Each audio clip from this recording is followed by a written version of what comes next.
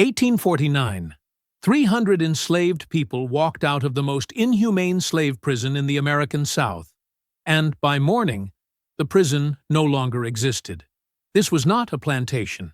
It was a holding facility for human beings labeled unmanageable, where bodies were starved, renamed, and sold only after their resistance was erased. The men who ran it believed iron schedules, locked gates, and isolation made rebellion mathematically impossible. They kept ledgers instead of names and insurance papers instead of mercy. Then the gates were found sealed from the outside. 2 overseers were trapped inside screaming for help that never came.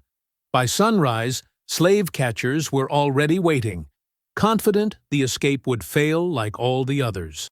They were wrong.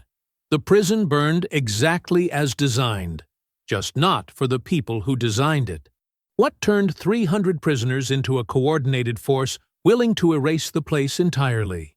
And why did no one rebuild it afterward? Before we go any further, comment where in the world you are watching from and make sure to subscribe, because tomorrow's story is one you don't want to miss. Dawn came gray and cold over the slave prison they called the Mouth. Isaiah Crowder stood in the yard waiting for roll call. His breath made small clouds in the air. Around him, 300 souls arranged themselves in silent rows. They knew better than to speak. The overseer walked along the lines with his ledger. He counted heads like livestock. His boots scraped against the dirt with each step. Nobody looked up. Nobody moved. Isaiah kept his eyes on the ground. He had learned this early. Looking up meant trouble. Looking down meant you might survive another day. The overseer stopped in front of him. Isaiah could smell tobacco and whiskey. Crowder. Yes, sir. You on corpse detail again? Yes, sir. The overseer moved on. Isaiah breathed quietly. Roll call continued down the line. When the counting finished, the overseer slammed his ledger shut. The sound cracked across the yard like a whip.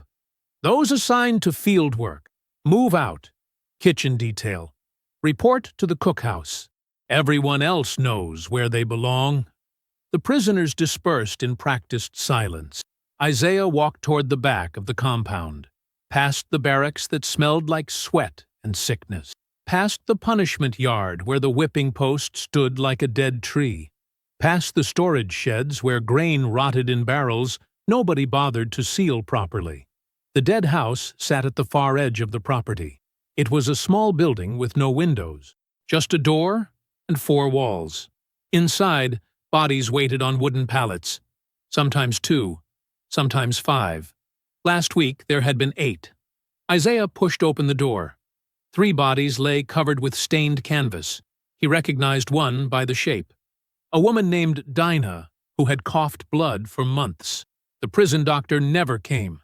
The overseers said medical care cost money they would not spend on temporary property. Isaiah uncovered the first body. An old man. His face looked almost peaceful. The cart stood against the wall. Isaiah loaded the bodies one at a time. They felt light. Everyone here starved slowly. The prison fed just enough to keep people breathing. Barely. He wheeled the cart toward the burial ground. The cemetery was not marked. No crosses, no stones, just rows of shallow graves dug into hard red clay. Isaiah had dug most of them himself. He began digging. The work was methodical.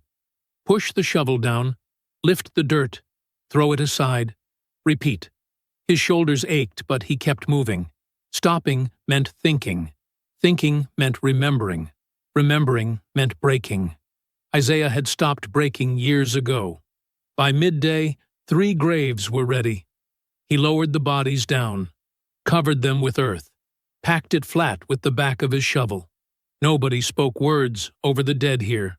Words were forbidden unless an overseer asked a question.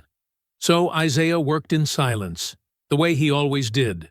When he finished, he noticed coffin nails scattered in the dirt near the workshop. The prison carpenter had died 2 months ago. Nobody replaced him. The coffins he had built sat unfinished and rotting. Nails rusted in the mud. Isaiah picked up 3 nails. He wiped them clean against his pant leg, slipped them into the lining of his boot, where the leather had torn. He had been collecting nails for 6 weeks now. Nobody noticed. Nobody cared what a corpse handler did with his time. Evening came slow and heavy. The prisoners gathered in the yard for evening rations.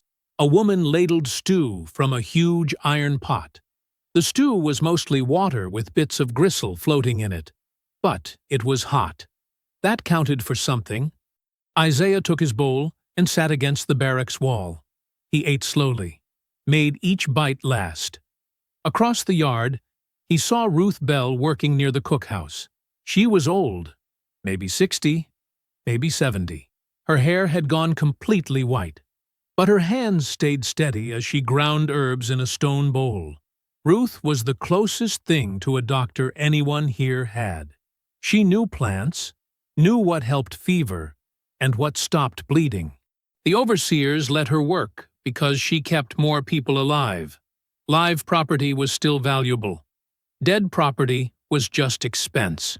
Elias North sat nearby, whittling a piece of wood with a dull knife. He had been a boatman once, knew rivers and currents. Then his owner sold him south after he tried to run. The mouth swallowed him like it swallowed everyone. Martha June ate her stew standing up. Her son Caleb sat beside her. The boy was maybe 14, too young to be here. But the prison did not care about age. Martha had been sold after her owner died. Caleb came with her. They were kept together only because the paperwork listed them as a set. Isaiah watched patterns. He always watched patterns. The guards changed shifts at dusk. The new ones were lazier. They drank more, paid less attention. The oil barrels near the storage shed were kept full. The prison used oil for lamps, for waterproofing, for maintenance nobody ever did. The barrels sat unguarded most nights. The kitchen kept food locked up, but the locks were old, rusted. A strong pull would probably break them. Small things, details, pieces of information that might never matter. But Isaiah collected them anyway, the same way he collected coffin nails. The guard who patrolled the western wall stumbled near the cookhouse. He reached out to steady himself against a post. His face looked pale, confused. He dropped his tin cup. It clattered against the stones. Then he fell to his knees. 2 other guards rushed over. They grabbed his arms, hauled him toward the overseer's quarters. The man's legs dragged behind him like wet rope. Isaiah looked up. Ruth Bell stood near the cookhouse door. Her face showed nothing, but her eyes met Isaiah's across the yard. Just for a moment. Then she turned back to her work, grinding herbs, measuring portions, moving with the same steady rhythm she always had. Isaiah set down his empty bowl. He stood slowly, walked back toward the barracks with the other prisoners. Nobody spoke. Nobody ever spoke after dark unless they wanted the lash. But something had changed, something quiet, something that felt like the first breath before a fire catches. Isaiah lay on his wooden bunk and stared at the ceiling. Around him, men coughed and shifted in the dark.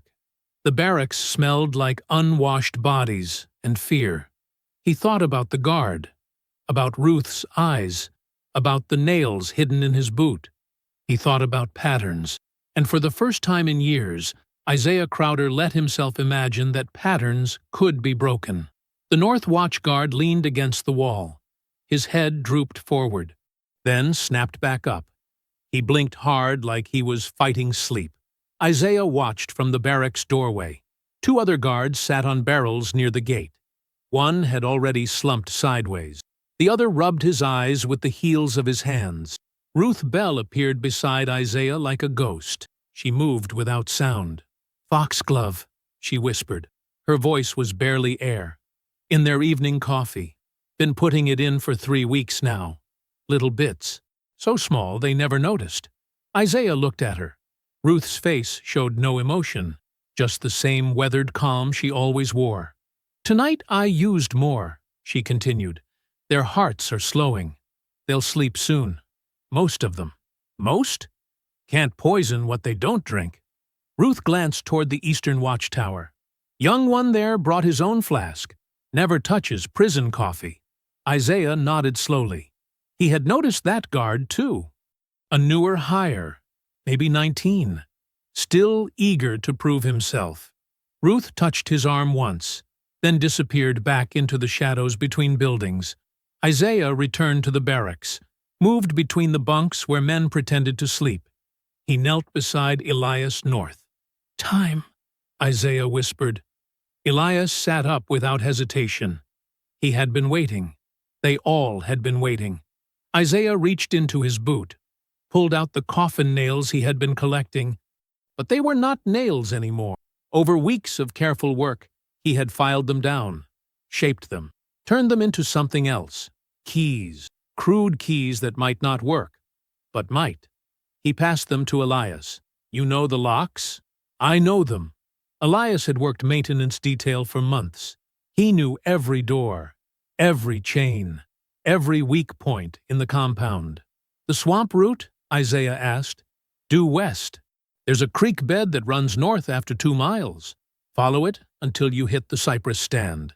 After that, the water gets deep, but the dogs can't track through it." Elias spoke quickly, precisely, like he had rehearsed this 1,000 times in his head. "Stay together for the first mile. Then split into groups of 20. Smaller groups move faster." Isaiah gripped his shoulder, moved to the next bunk. Martha June was already awake. Her son Caleb sat beside her. The boy's eyes were wide with fear and hope mixed together. "When the bell rings," Isaiah told them. "Not before." Martha nodded. Her hand found her son's, squeezed tight. Isaiah moved through the barracks, touched shoulders, whispered single words. "Ready? Wait. Soon." Nobody asked questions. Everyone knew their part. They had been planning in silence for weeks, using glances instead of words, hand signals instead of conversation. The overseers never noticed. They thought enslaved people were too broken to organize, too scared to resist. They were wrong. Isaiah stepped back outside. The North Watch guard had finally collapsed. He lay sprawled on the ground. His rifle had fallen beside him. The guard near the gate slept, sitting up. His chin rested on his chest. But the eastern watchtower still had light, still had movement. Isaiah crossed the yard, kept to the shadows. His heart hammered against his ribs, but his breathing stayed controlled, steady. He climbed the watchtower stairs. Each step creaked under his weight. He froze, listened. The young guard stood with his back turned, looking out over the fields beyond the prison walls. His rifle leaned against the railing. Isaiah's hands shook. He made fists, forced them still. He had never killed anyone deliberately, had buried hundreds of bodies, but never made one himself. The guard turned, saw Isaiah. His eyes went wide. "What are you—" Isaiah moved fast, faster than he knew he could. His hands found the guard's throat, squeezed. The guard thrashed, clawed at Isaiah's arms. His mouth opened, but no sound came out. Just a wet, choking noise. Isaiah squeezed harder. His fingers dug into soft flesh. He felt the guard's pulse hammering against his palms, felt it slow, felt it stop. The body went limp. Isaiah lowered it to the floor. His hands were still shaking. He looked down at them like they belonged to someone else. He had killed a man, murdered him, strangled the life out of him with his bare hands. The thought should have horrified him, should have broken something inside, but Isaiah felt nothing, just hollow, just empty. He picked up the guard's rifle, left the body where it lay. Down in the yard, Elias had opened the first lock, then the second. Prisoners moved in the darkness like water flowing through cracks, silent, purposeful. Isaiah walked to the storage shed. The oil barrels sat in neat rows, 5 of them, each one full. He had thought about this moment for weeks, planned to spill just enough oil to create confusion, a distraction while they ran. But standing there with the guard's blood still warm on his hands, Isaiah realized distraction was not enough. The mouth had swallowed too many people, had broken too many bodies, had murdered too many souls. Distraction would not stop it, would not end it. Only fire would. Isaiah tipped the first barrel. Oil spread across the ground in a dark pool. He tipped the second, the third, kept going until all 5 barrels emptied their contents across the yard. The smell was overwhelming, sharp and chemical. He found a lantern hanging near the overseer's quarters, lit it with steady hands. Ruth appeared beside him again. She looked at the oil, at the lantern, at Isaiah's face. "You sure?" she asked. Isaiah thought about the bodies he had buried, the children who died from neglect, the men who were beaten until their minds broke, the women who disappeared into the overseer's quarters and came back destroyed. "I'm sure," Ruth nodded. "Then do it." Isaiah dropped the lantern. The oil caught instantly. Flames raced across the ground like living things. They climbed the storage shed walls, leaped to the barracks roof, spread faster than anyone could have imagined. Heat blasted Isaiah's face. He stumbled backward. The alarm bell started ringing. Frantic, desperate. Prisoners poured through the open gates. Some ran. Some walked quickly.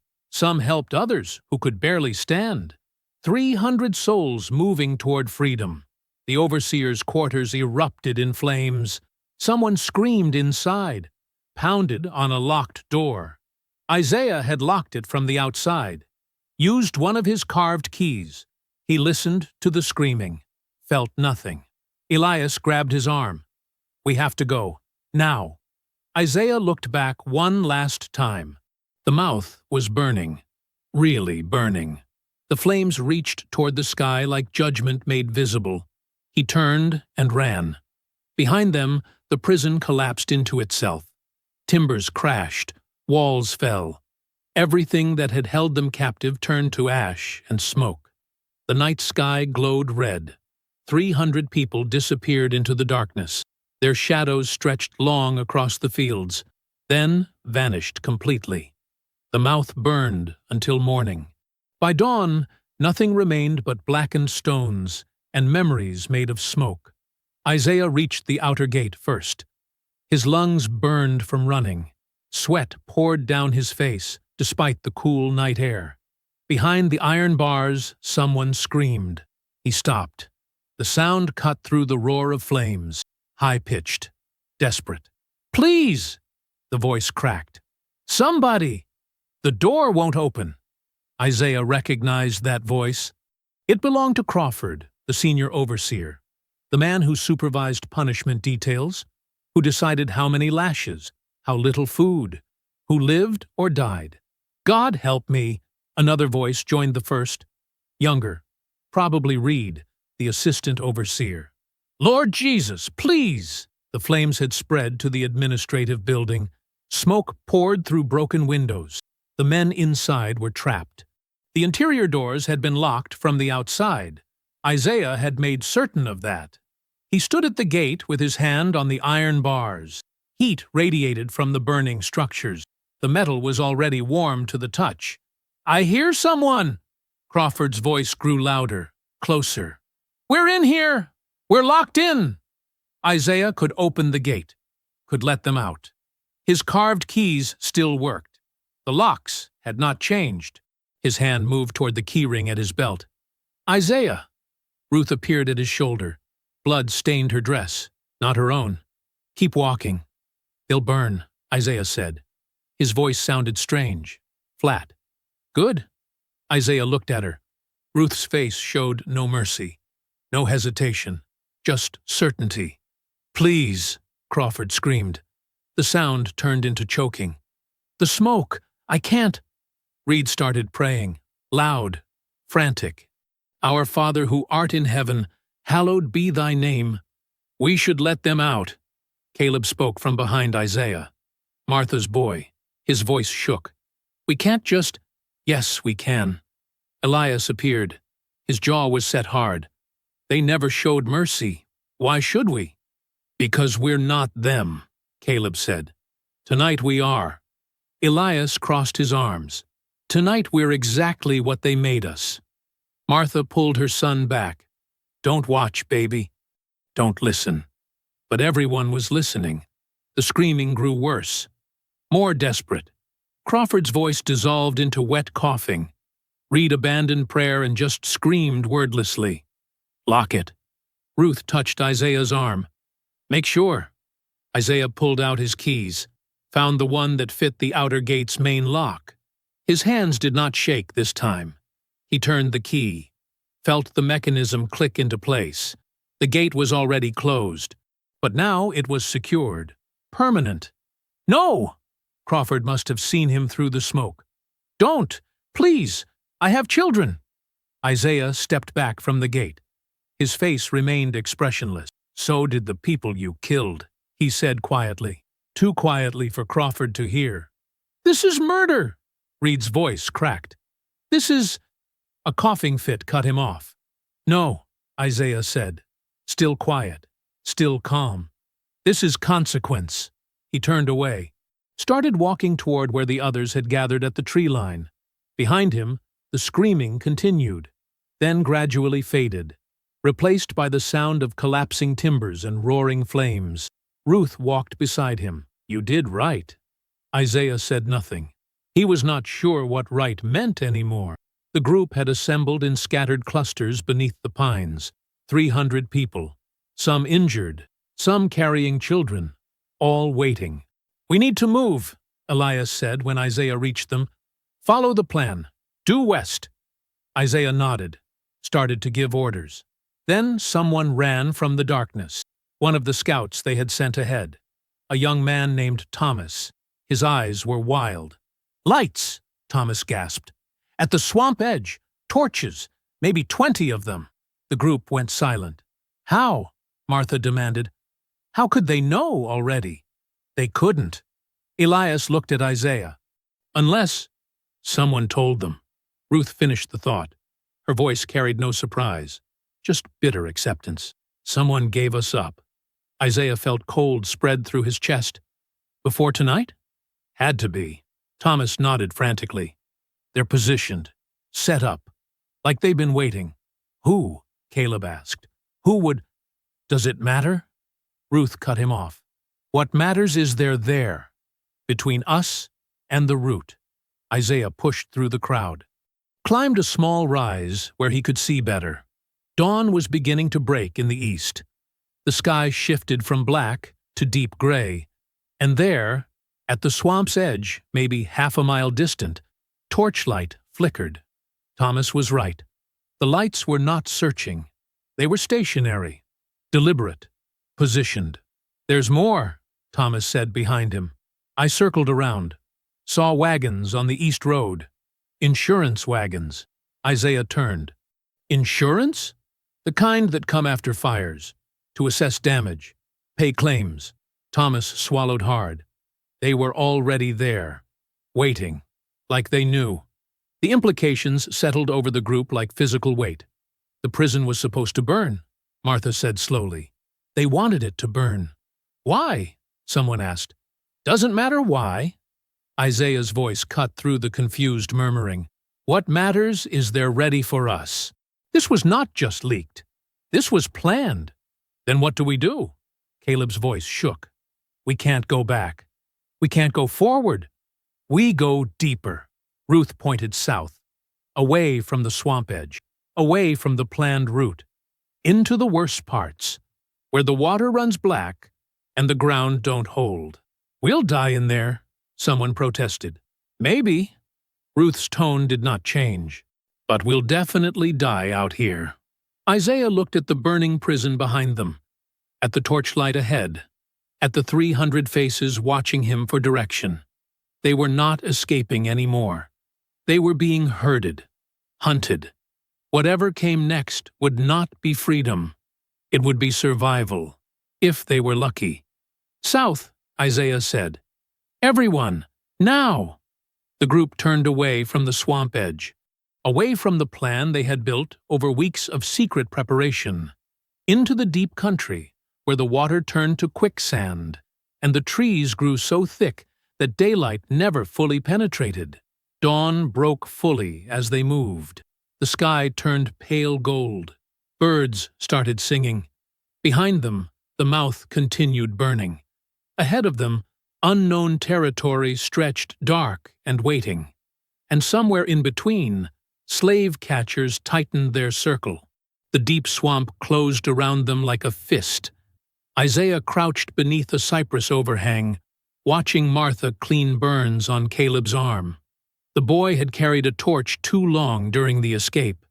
The skin had blistered red and angry. "Hold still," Martha whispered.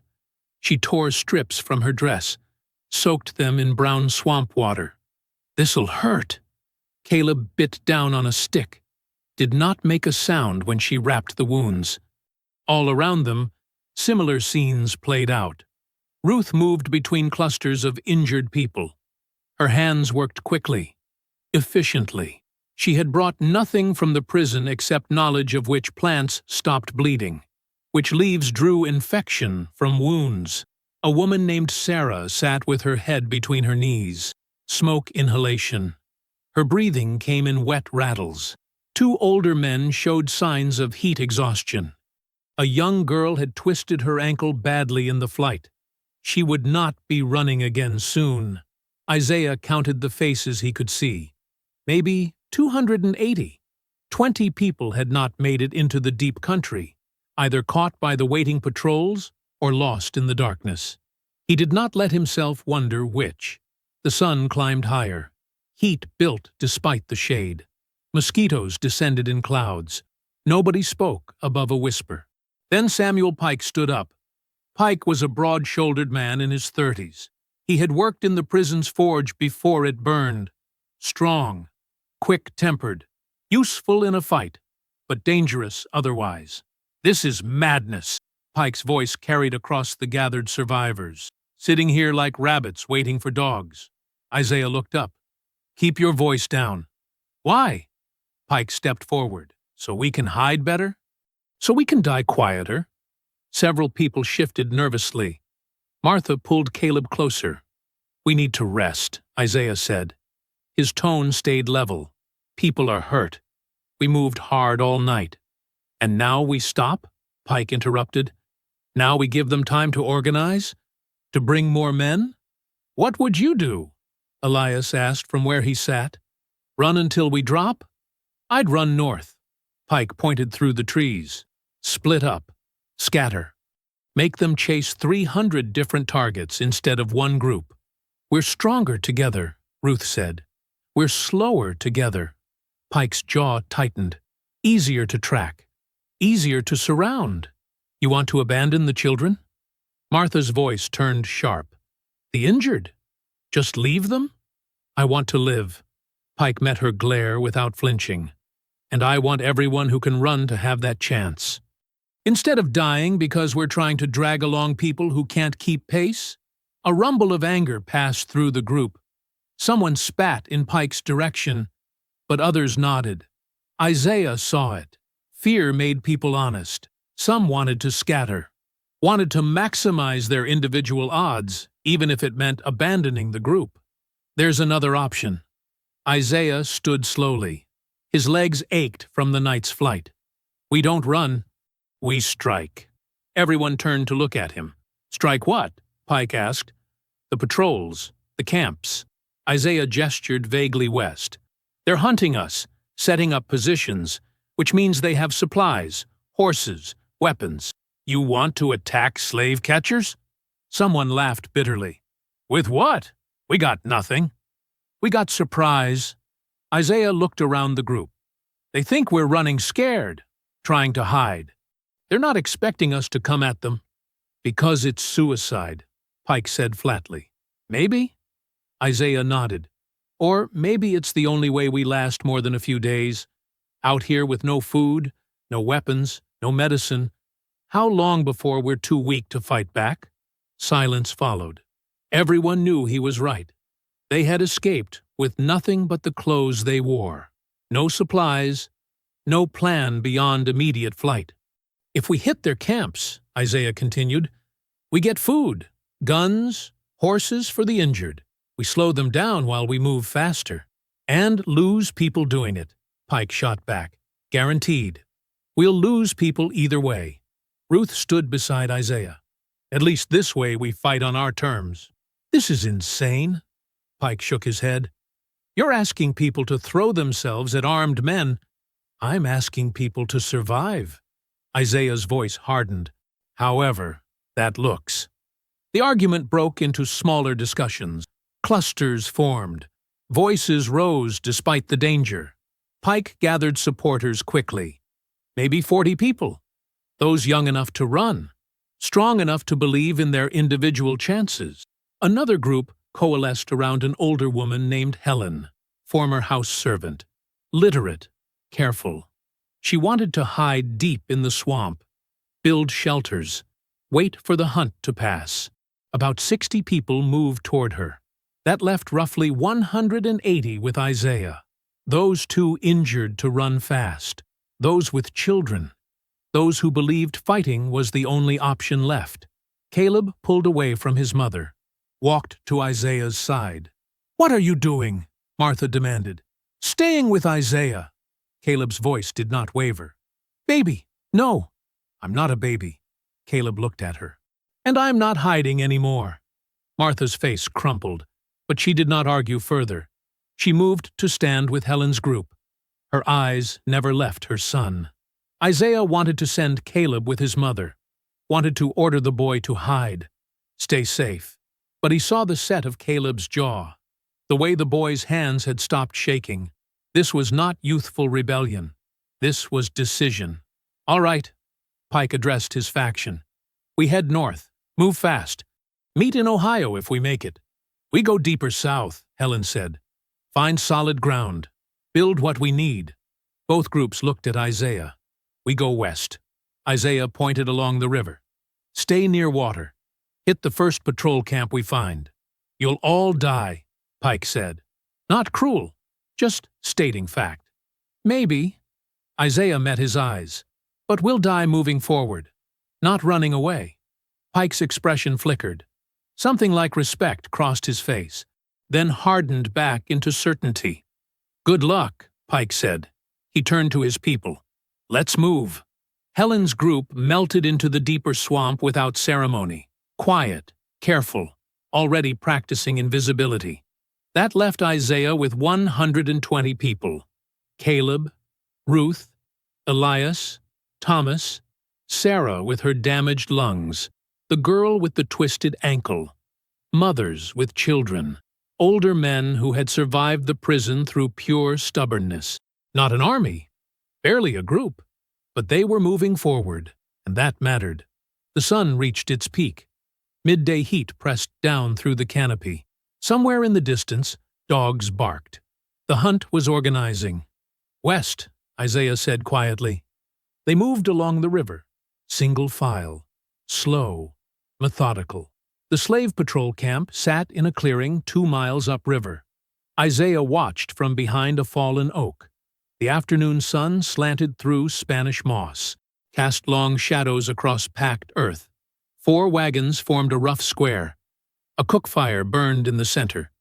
6 men moved around the camp. White men, armed. 2 carried rifles. The others wore pistols on their belts. Chained people sat near the wagons. Maybe 15 captives.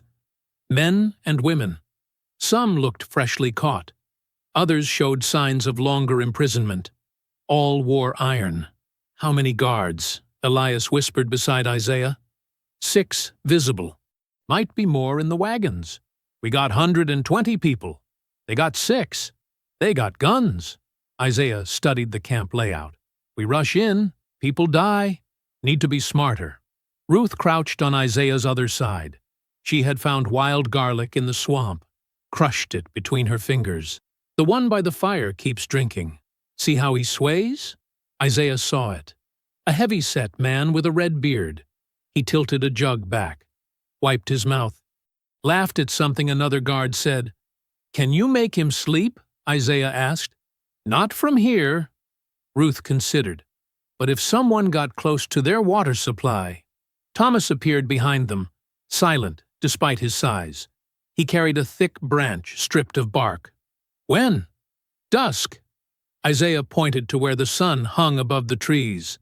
Another hour. Light fades. They'll be cooking. Relaxed. And if they're not? Elias asked. Then we adapt. They withdrew deeper into the brush. Isaiah gathered the group leaders, explained the plan, kept it simple. Simplicity survived contact with chaos. Complexity fell apart. Ruth would poison the water barrels. Thomas would lead the main rush when guards collapsed. Elias would free the chained captives. Caleb would stay back with the children and injured. Caleb opened his mouth to protest, saw Isaiah's expression, closed it again. The sun crept lower. Shadows lengthened. Isaiah's group spread out around the clearing, positioned behind trees, in tall grass, anywhere that offered cover.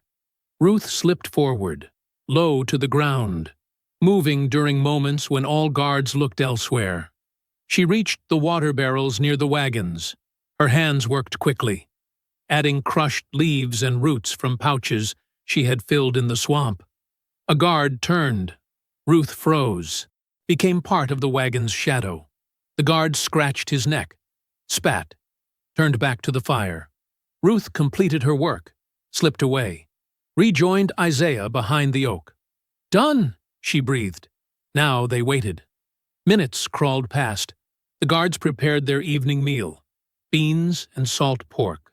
The smell drifted across the clearing, made Isaiah's empty stomach twist. None of them had eaten since before the prison burned.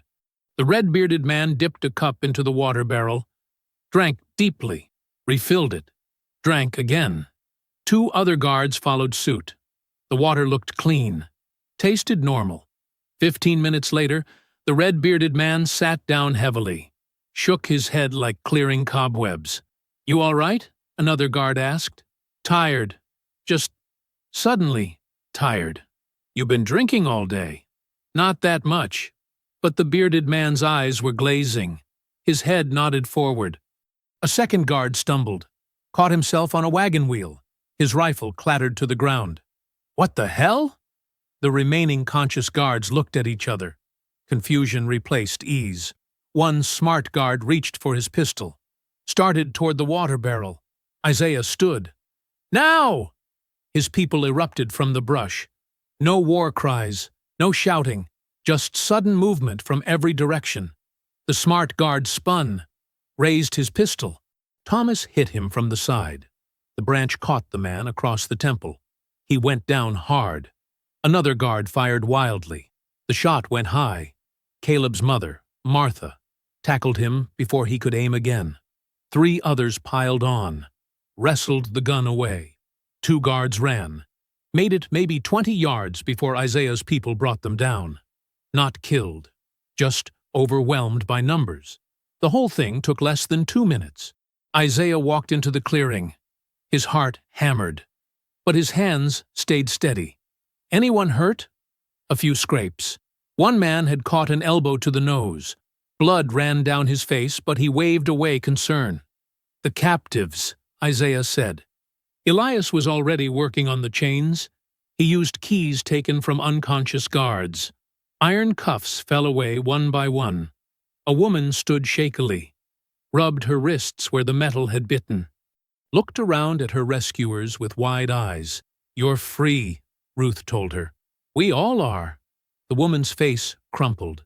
She covered her mouth, made sounds that might have been laughter or sobs or both. More chains clattered to the ground. 15 captives became 15 free people. They stumbled, embraced each other. Some fell to their knees. Then the reunions began. A young mother from Isaiah's group recognized her sister among the freed captives. Their scream of recognition carried across the clearing. They ran together, collided, held each other so tightly Isaiah thought they might break. An older man found his son. The boy could not have been more than 16. They did not speak, just gripped each other's shoulders, foreheads pressed together. 2 women discovered they had been separated from the same plantation, shipped to the mouth on different wagons. They had thought each other dead. Now they sat together on the ground, held hands, whispered names of people lost. Isaiah watched families knit back together, watched strangers become something more through shared survival. For the first time since the prison burned, people smiled. The group ransacked the camp systematically, found salted meat, hardtack, dried fruit, ammunition for the captured guns, medical supplies, blankets. In one wagon, Elias discovered ownership papers, bills of sale, transport manifests, documents that turned human beings into property. "Burn them," Isaiah said. They built the fire high, fed it every scrap of paper that claimed ownership over flesh and bone. The documents curled, blackened, turned to ash. Someone started singing, low and rhythmic. A work song transformed into celebration. Others joined. The melody wove through the clearing. Full darkness fell. The fire burned bright. People ate, rested. For the first time since escape, tension eased from shoulders. Fear stepped back from eyes. Isaiah sat slightly apart, watched the scene. Caleb approached, sat beside him without asking permission. "We won," the boy said. "We survived one fight." "That's more than yesterday." Isaiah could not argue. He looked at the freed captives, at his own people sharing food, sharing hope. Maybe this was possible. Not just survival, but actual resistance. Hit the patrols, free the captured, disrupt the system one camp at a time. Maybe they could build something. The thought frightened him more than the fighting had. Hope felt dangerous, like a weakness that could be exploited. But watching Martha reunite with a cousin she had thought sold south 5 years ago, Isaiah let himself imagine it anyway. What came after resistance, after survival? What life looked like when you stopped running? Ruth sat on his other side. "You did good. We got lucky. We were smart. There's a difference. This time. One time is all we got. Then we get another time. Then another." Ruth gestured at the gathering. "Look at them. When's the last time you saw people look like that?" Isaiah could not remember. Maybe never. The night deepened. Laughter rose from the fireside. Real laughter. Not the bitter kind that hid pain. The kind that came from relief, from sudden joy. Isaiah closed his eyes, let himself hear it. Let himself believe they might actually make this work. Before dawn, while most people slept, a distant gunshot cracked through the darkness. Single. Sharp. Then, silence. The gunshot woke Isaiah before full dawn. He sat up, reached for the rifle he had taken from the patrol camp. Others stirred around him. "Just one shot," Elias said quietly. "Might be nothing. Might be." But Isaiah's gut twisted. He stood, moved through the sleeping forms toward where they had posted sentries. He found the position empty. No guard, no sign of struggle. Just footprints leading away from camp. Fresh. Made within the last hour. Thomas joined him, studied the tracks. Someone left. Who was on watch? Samuel Pike. Was supposed to wake his replacement at dawn. Isaiah followed the footprints. They headed east, away from the camp, moving quickly based on the stride length. Not sneaking. Running. The trail led to a creek. There the prints disappeared. Either Samuel waded upstream, or someone picked him up.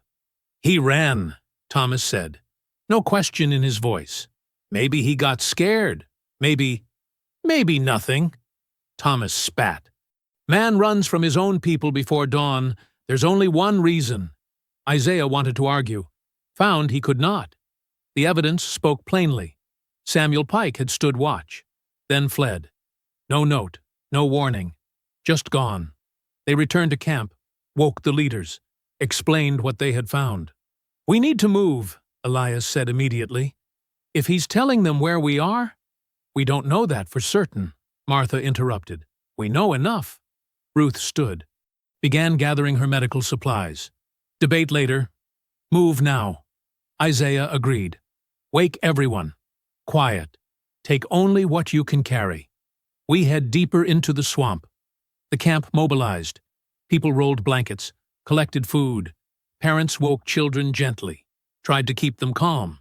They were halfway through breaking camp when hoofbeats echoed in the distance. Multiple horses, coming fast. Run! Isaiah shouted. Discipline shattered. People scattered. Some grabbed children and fled. Others froze. A few reached for weapons. The militia burst into the clearing from 3 directions. 20 armed men on horseback. They wore no uniforms but carried military rifles. Slave catchers turned hunters. The leader fired into the air. The shot cracked like thunder. Nobody move! But people were already moving. Running. Screaming. A woman sprinted for the trees. A rider cut her off. Rope whipped out. Caught her around the shoulders. She went down hard. Isaiah raised his rifle. Aimed at the rider. Before he could fire, someone slammed into him from behind. He hit the ground. The rifle skittered away. More shots. More screams. Chaos consumed the clearing. Isaiah rolled. Saw Thomas grappling with a militiaman who had dismounted. They traded blows. Heavy. Brutal. The militiaman drew a knife. Thomas caught his wrist. They struggled. Ruth ran past, carrying her medicine bag, heading toward children trapped by the wagons. A rider bore down on her. "Ruth!" Isaiah shouted. She did not hear, or heard, but did not stop. The rider's horse knocked her sideways. She stumbled, fell. The medicine bag spilled open. Bottles shattered. Ruth tried to rise. The rider circled back, drew his pistol. Isaiah lurched to his feet. "No!" The pistol fired. Once. Ruth jerked, clutched her chest, fell back. Something broke in Isaiah's mind. A dam holding back fury.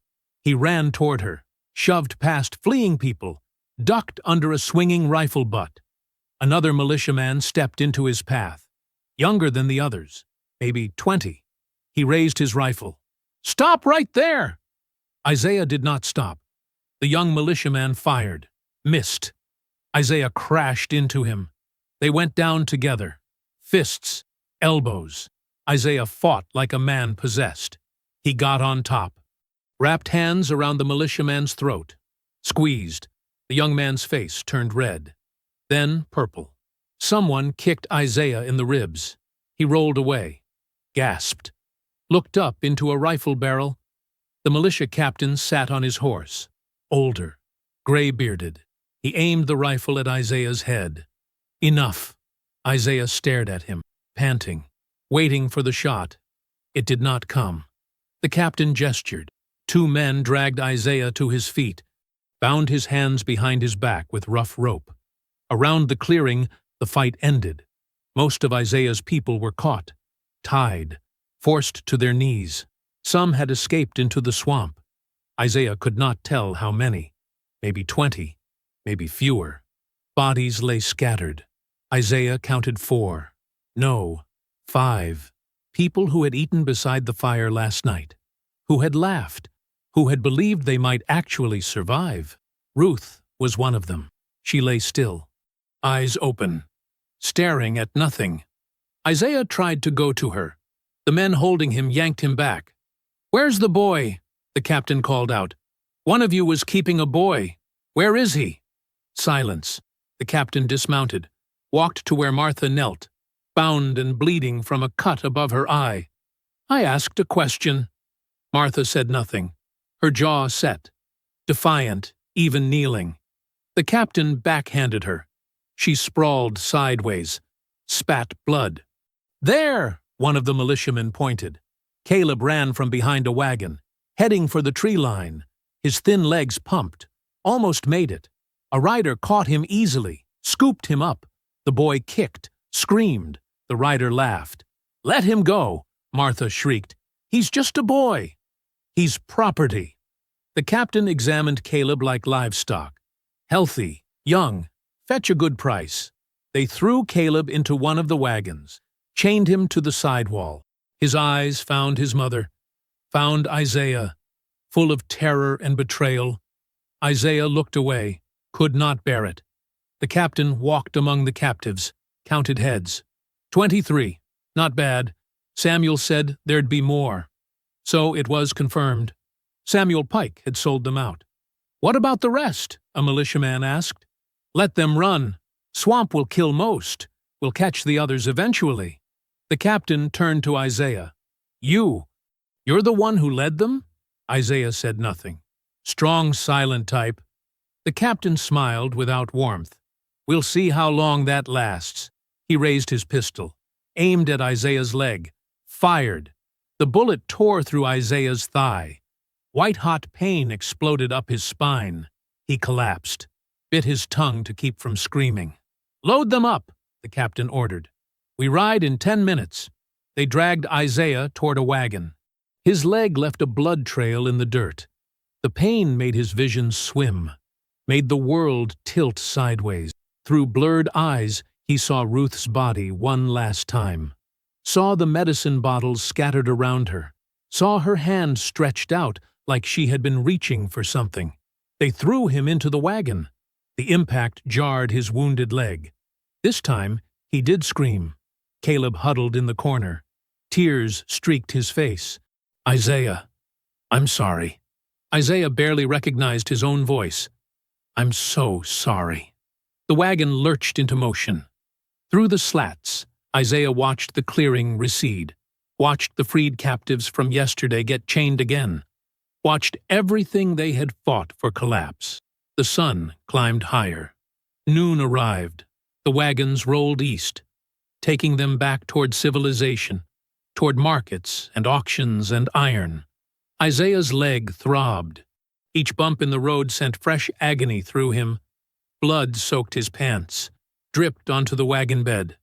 You need to stop the bleeding, Caleb whispered. Don't matter. You'll die. Probably. But Caleb crawled closer, tore strips from his own shirt, tied them around Isaiah's thigh. The pressure helped. Some. The wagons stopped twice. Once to rest the horses, once to pick up 2 more captives. Stragglers caught fleeing through the swamp.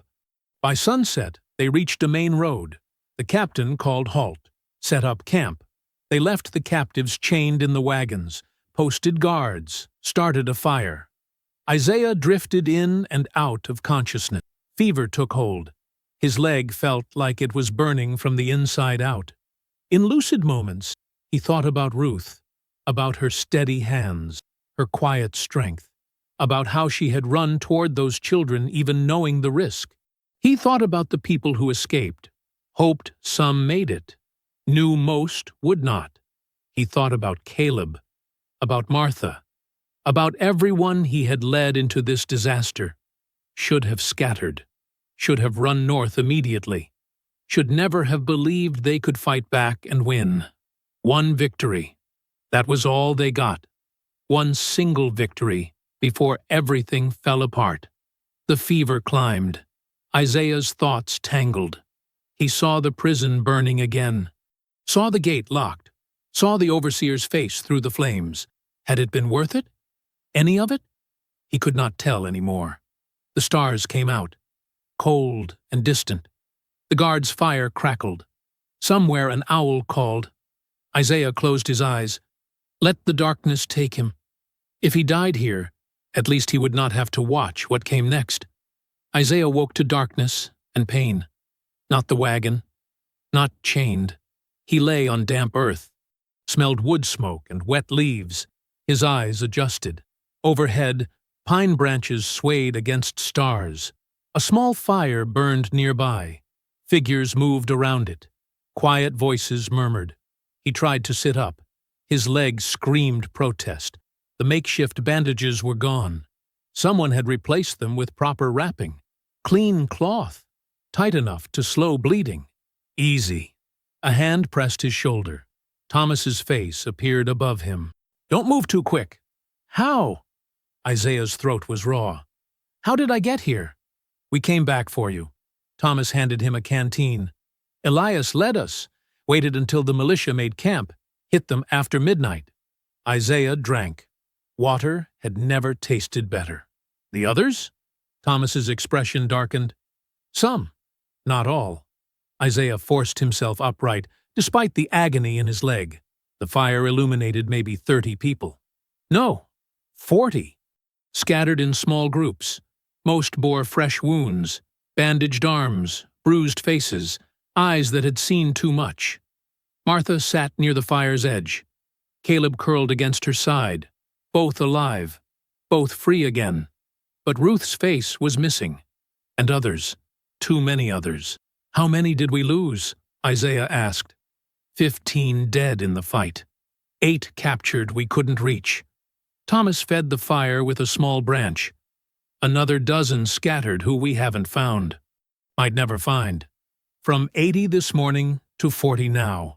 Half gone in a single day. Isaiah scanned the survivors. Some met his gaze. Others looked away. He saw no blame in their faces. Just exhaustion, grief. The hollow stare of people pushed past their limits. Elias approached. The old boatman moved with a limp now. His left arm hung in a sling. You're awake. Good. We need to talk. About what? About what happens next. Elias crouched beside the fire. We can't keep doing this. Can't keep fighting and running and losing people. The militia knows these swamps now. They'll hunt us until nobody's left. So what do you suggest? Isaiah's voice came out harder than intended. Surrender? I'm suggesting we think. Elias met his stare without flinching. We got maybe 3 days before they find us again. Less if Samuel's still talking. We need a plan that doesn't end with everyone dead. Other survivors drifted closer, listening, waiting. Martha spoke up. Elias is right. We can't win by running. Can't win by fighting. They're too many, and we're too few. Then what can we win by? Isaiah already knew the answer, had been circling it since the militia rode away with those wagons. By making them afraid. Thomas's voice was quiet, but certain. Not afraid of losing a fight. Afraid of what it costs to keep hunting us. Silence settled over the group, heavy with understanding. A young woman named Grace broke it. You're talking about going back. Not just going back. Isaiah felt something crystallize in his mind. The fever fog lifted, left behind cold clarity. We burned the mouth, showed them we could strike where they felt safe, but they rebuilt that safety. Sent militia after us like we were animals to be rounded up. He paused. Let the words settle. We need to break that safety permanent. Make them understand there's places they can't go, things they can't do, not without paying a price they won't stomach. Caleb lifted his head from his mother's shoulder. The prison's already burned. Nothing left but ruins. Exactly. Isaiah looked around the circle. That's why they won't expect us to go back. Why they won't guard it heavy. It's just charred wood and memories now. And? Martha's eyes narrowed. What good does going back do? We don't go back to hide. Isaiah worked it through as he spoke. Let the plan take shape. We go back as bait. Leave trails. Start rumors in the quarters nearby. Make sure the militia hears that survivors are using the ruins as a gathering place. Understanding dawned on several faces. They'll come. Thomas nodded slowly. Can't resist. Chance to catch everyone at once. And when they come, Isaiah continued, they'll find the ruins different than they left them. That land's still soaked with oil from storage barrels. Add more. Dig pits. Set traps in the burned buildings. Make the whole place a killing ground. That's madness. An older man named Jacob shook his head. You're talking about fighting trained militia on ground they know. No. Isaiah kept his voice steady. I'm talking about making ground they think they know turn against them. Making them afraid to chase us anywhere. Making the cost so high they'd rather let us disappear than keep hunting.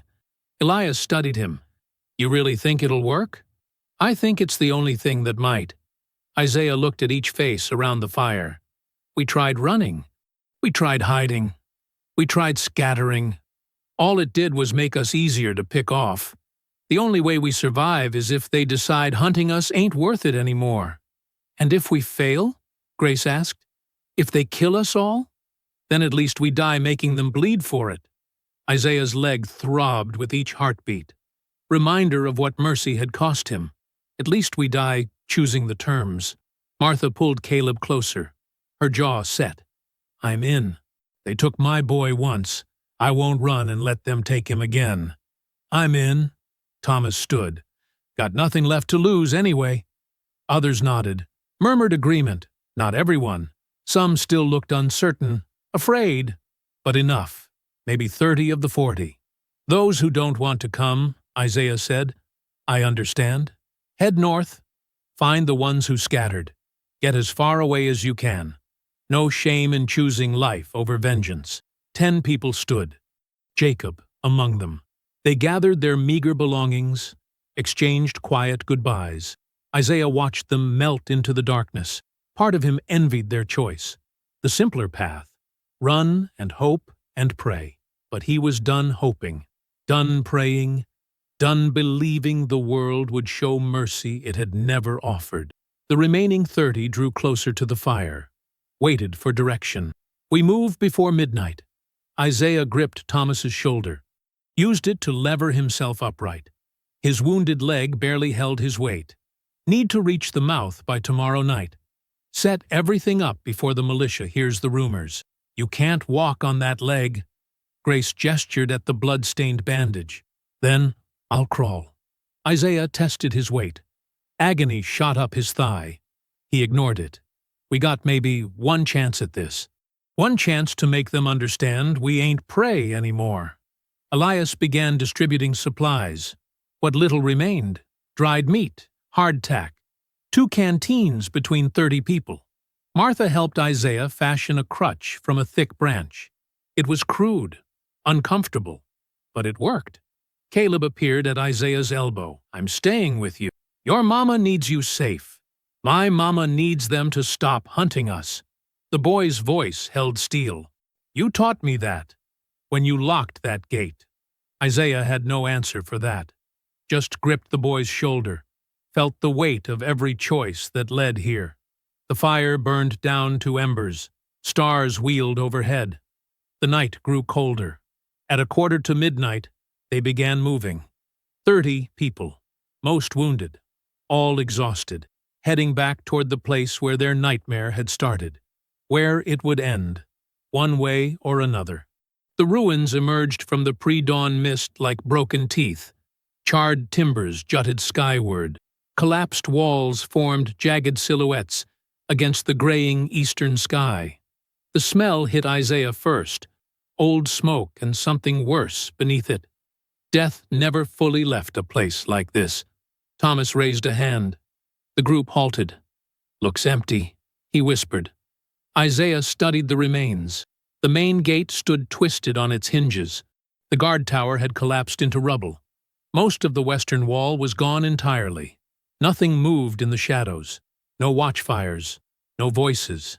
They abandoned it, Martha said. Her voice held strange satisfaction. Left it to rot. Good. Isaiah shifted his weight on the crutch. His leg had stopped bleeding, but the pain was constant now. White hot with each step. Means they won't expect us back. Elias moved forward cautiously. The others followed in 2s and 3s, picking their way through debris, avoiding the areas where floors had given way to cellars below. The yard where roll call once happened was now a field of ash. Isaiah remembered standing here, watching men beaten for looking up, for breathing wrong, for existing. He felt nothing looking at it now, just cold calculation. Spread out, he ordered quietly. Find what we can use. Oil barrels, rope, anything that burns, but stay quiet. Don't know who might be watching from the woods. The group dispersed. Grace and 2 others headed toward the storage shed.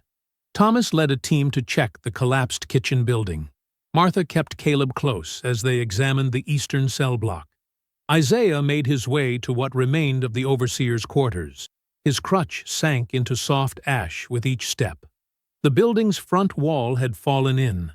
The roof was mostly gone, but the back room stood partially intact. Inside, he found what he hoped for: 3 oil lamps, still full, a jar of matches wrapped in oilcloth, and in the corner, nearly buried under fallen boards, 2 more barrels of lamp oil. "Over here?"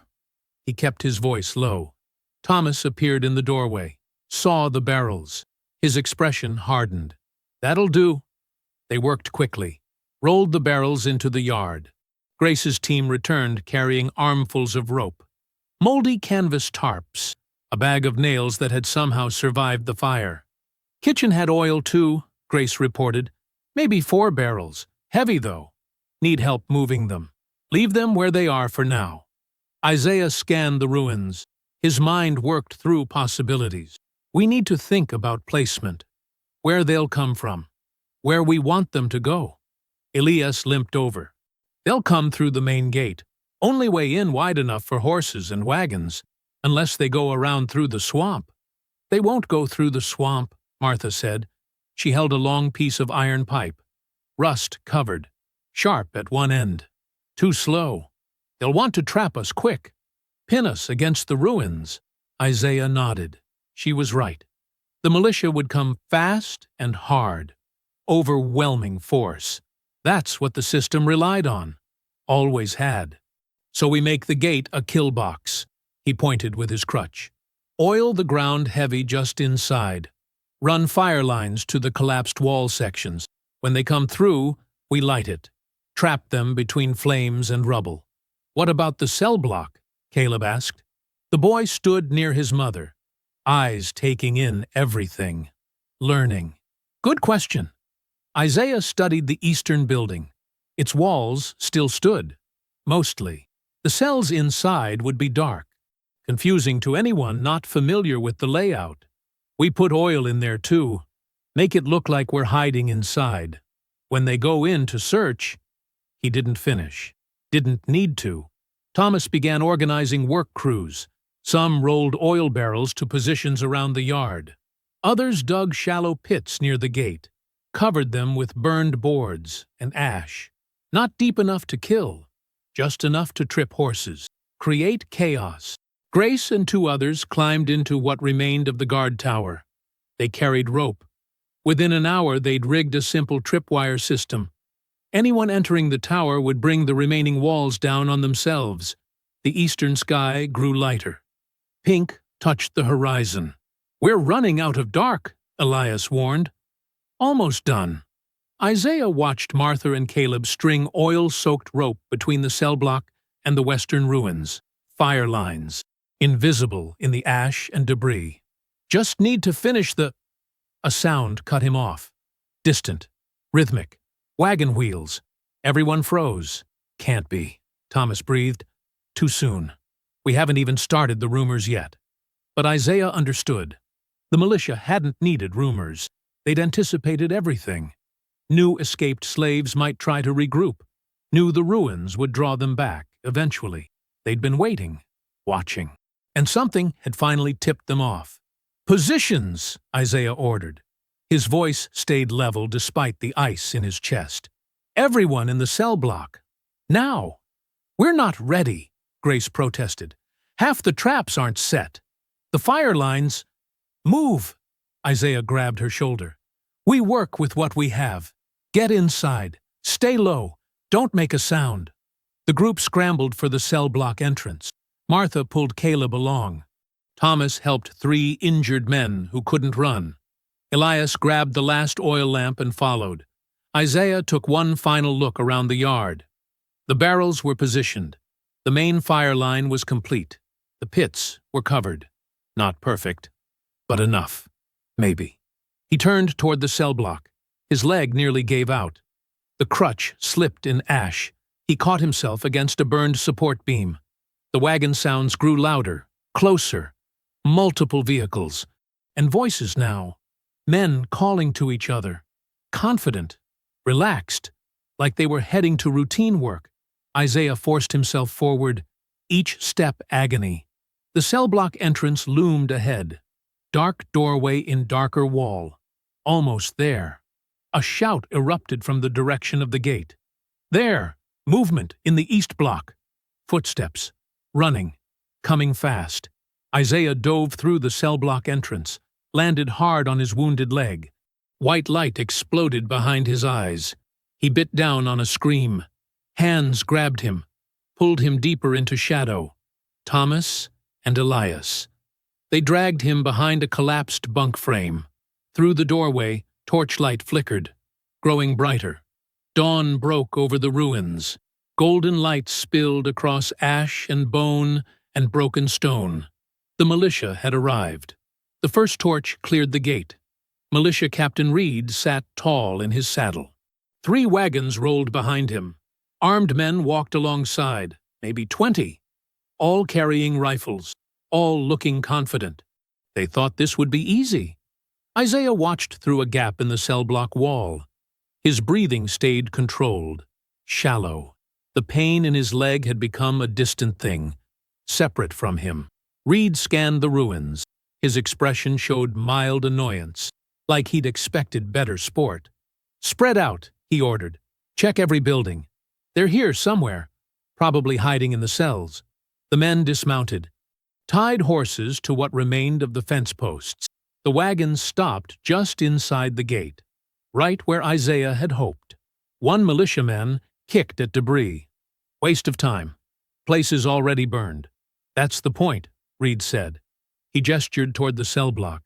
"They think ruins mean safety. Think we won't look here. That's where they're wrong." 6 men started toward the cell block, moving in pairs, weapons ready. Isaiah raised his hand. The survivors hidden throughout the building tensed, waiting. The first pair reached the fire line, rope buried in ash and soot. Invisible unless you knew where to look. Their boots touched it. Grace struck flint to steel in the darkness behind Isaiah. Sparks jumped, caught on oil-soaked cloth. Flame traveled down the hidden rope line faster than a man could run. The yard erupted. Fire raced along the ground, followed the paths they'd laid during the night, curved around the cell block, shot toward the gate where the wagons sat. The oil barrels near the entrance caught first. 1, then 2. The explosions weren't large, but they were loud. Sharp cracks that echoed off stone walls. Horses screamed, reared, broke their ties, and bolted. The 2 militiamen standing on the fire line looked down in confusion. Then their boots caught. Flames climbed trouser legs. They screamed, staggered backward, fell into more oil-soaked ground. "Ambush!" someone yelled. "It's a trap!" Reed wheeled his horse around, tried to retreat through the gate, but the wagons blocked the way. One had tipped when its horse bolted. Supplies spilled across the opening. Barrels, crates, a tangle of harness and wheel. The fire reached it. Another explosion. Bigger this time. Wood fragments flew. A wheel sailed through the air and crashed into the guard tower remains. The tripwire inside pulled taut. The tower's remaining wall, barely standing to begin with, groaned, shifted, then collapsed inward. 3 militiamen who'd climbed up for better vantage disappeared in a cloud of dust and stone. In the cell block, Thomas moved to the doorway, raised the iron pipe Martha had found. His face showed nothing. "Wait," Isaiah whispered. "Not yet." Outside, the militia scrambled for organization. Reed shouted orders. Men tried to form lines, but the ground itself fought them. Hidden pits gave way. Boards cracked. 2 men fell hard. One didn't get up. Fire climbed the collapsed kitchen building's remaining timbers. Thick, black smoke poured into the yard. Visibility dropped. Confusion spread. A militiaman ran blindly toward the cell block entrance, seeking cover, escape, anything. Thomas swung the pipe, connected with the man's temple. The militiaman crumpled without a sound. "Now they know we're here," Elias said from deeper in the shadows. "They always knew." Isaiah pulled himself upright on the crutch. "That's why they came." More explosions outside. The oil barrels they'd positioned around the yard catching in sequence, not coordinated, just chaos feeding on itself. Fire finding fuel wherever it could. Reed managed to rally 8 men near the western wall, away from the worst flames. They formed a defensive cluster, rifles up. "The cell block," Reed pointed. "That's where they are. Burn them out." The men advanced, careful now, testing ground before committing weight. They'd learned. Isaiah watched them come, counted steps, judged distance. The lead militiaman reached the secondary fire line, the one Grace had insisted on adding. Insurance, she'd called it. Isaiah nodded to her.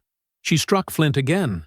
This line ran perpendicular to the first, cut across the yard from north to south. When it caught, it created a wall of flame between Reed's group and the cell block. The militiamen stopped short, faces orange in the firelight, trapped between burning buildings and burning ground. One tried to run through. His coat caught. He made it 3 steps before collapsing, rolling, screaming. Inside the cell block, Caleb turned away. Martha pulled him close, covered his ears. Isaiah understood the impulse, but he didn't look away. Couldn't. This was the choice they'd made, the path they'd chosen. He would witness all of it. The fires burned hotter. Smoke thickened. The ruins became an oven. Heat warped the air, made everything shimmer and dance. Reed tried to organize a retreat, shouted for his men to regroup at the gate. But the gate was blocked, burning, impassable. They were surrounded by their own weapons now. The same fire they'd used to terrorize, the same fear they'd inflicted. Poetic, Isaiah thought distantly, and terrible. By noon, the screaming had mostly stopped. Isaiah sat against the cell block's back wall, as far from the entrance as possible. The sounds coming from outside weren't human anymore, just animal pain, desperate and mindless. Thomas stood watch at the doorway. His expression had gone blank, protective shutdown. Some things the mind couldn't process, while remaining whole. "How many left?" Elias asked. Hard to say through the smoke. Thomas squinted. "Maybe 6, maybe less.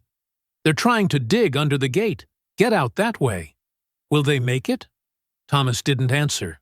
Didn't need to. The fire had consumed everything. The wooden gate, the wagon blocking it, the ground around it. There was nowhere to dig that wasn't burning. The afternoon sun climbed higher. Smoke drifted east on the wind. Visible for miles, probably. Someone would see it. Come to investigate. "We need to leave," Grace said. She'd been quiet for hours.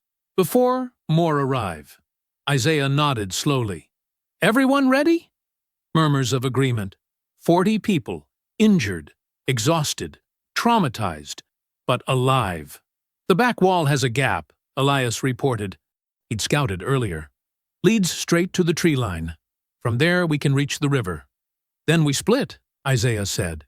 His voice sounded hollow, foreign. Small groups, different directions, never more than 3 together. "And you?" Martha asked. Isaiah looked at her, at Caleb, at all of them.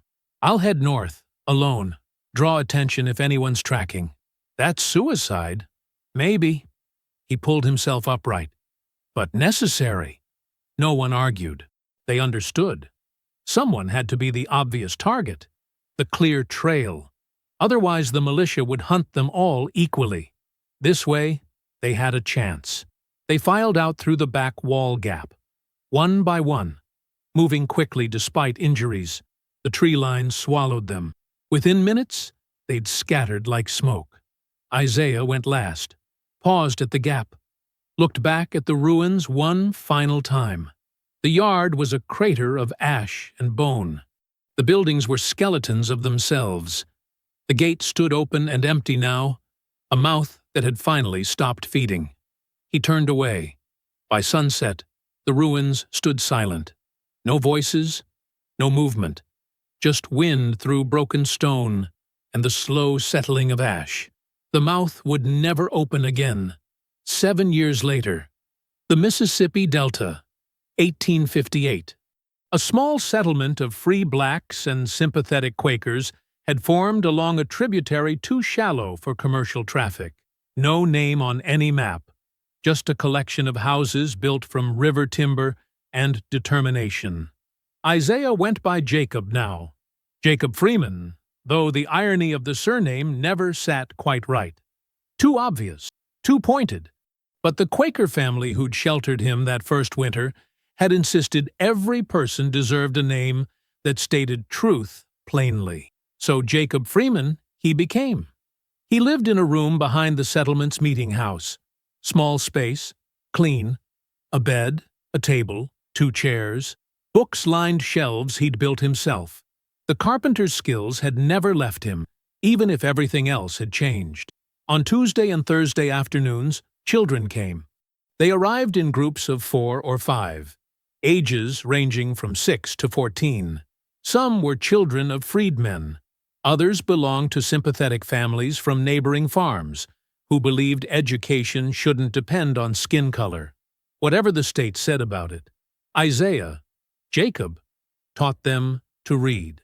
He sat now at the table, afternoon light filtering through the single window. 8 children occupied the floor space, sitting cross-legged.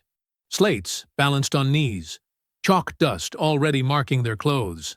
"Sound it out," he said to a girl named Prudence, maybe 9 years old, gap-toothed and fierce. "Take your time." She frowned at the primer, moved her finger under the words.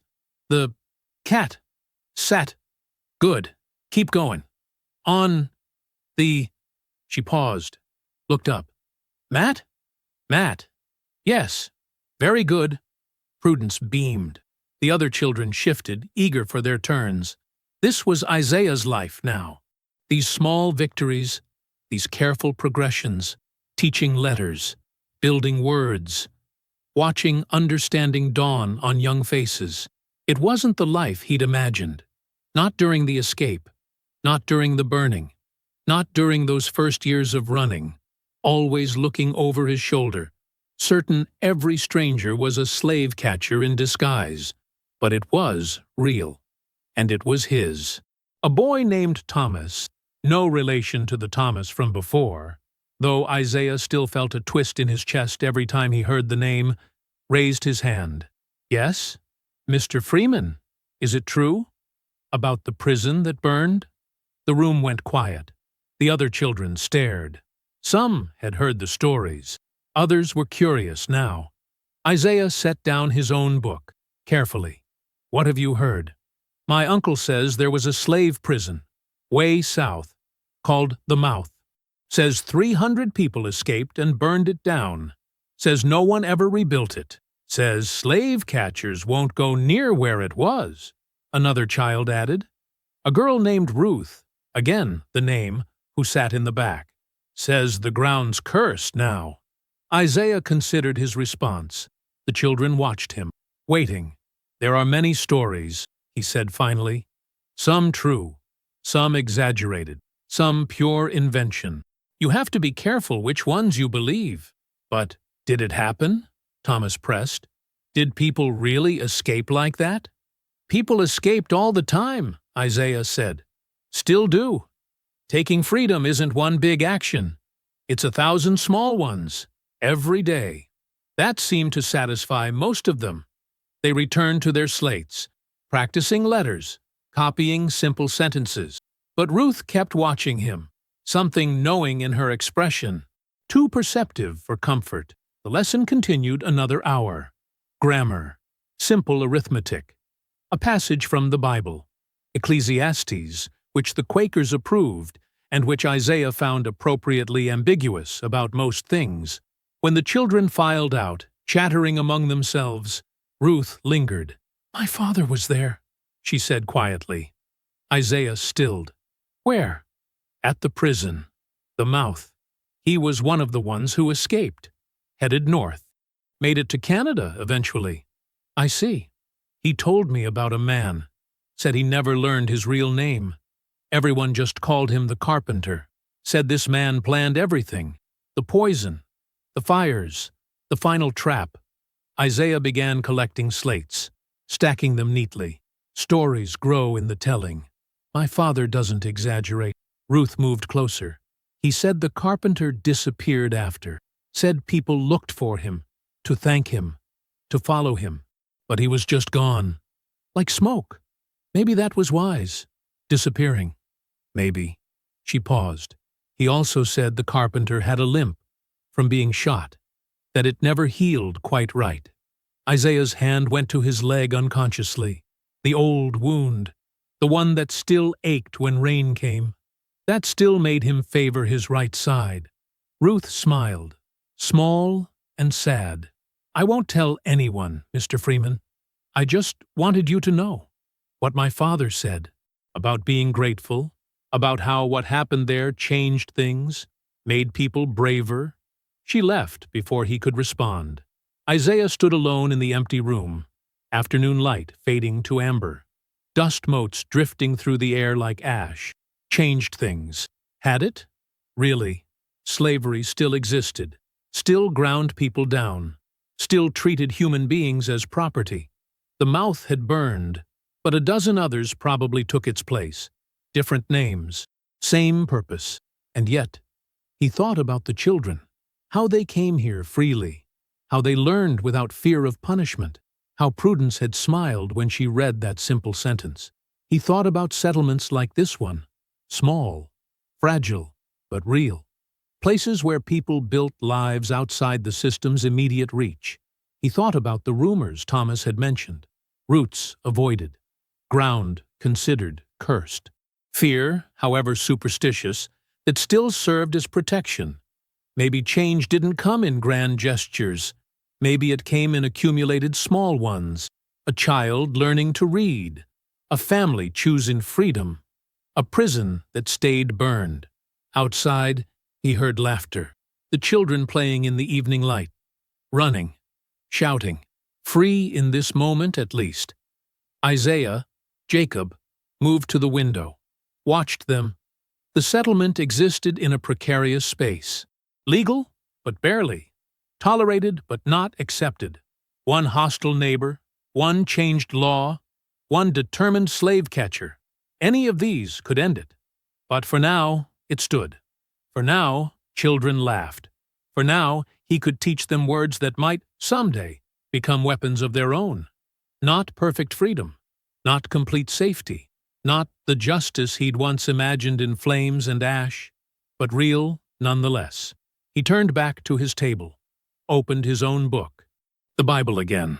Different passage this time. They have sown the wind, and they shall reap the whirlwind. Isaiah closed the book, set it aside. Outside, the laughter continued. Innocent, hopeful, unaware of what it had cost to make this moment possible. He listened until full dark fell, until the children went home, until silence settled over the settlement.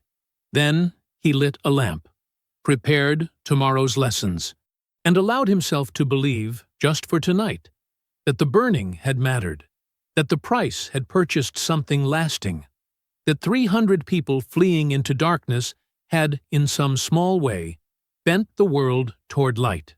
I hope you found that story powerful. Leave a like on the video and subscribe so that you do not miss out on the next one. I have handpicked 2 stories for you that are even more powerful. Have a great day.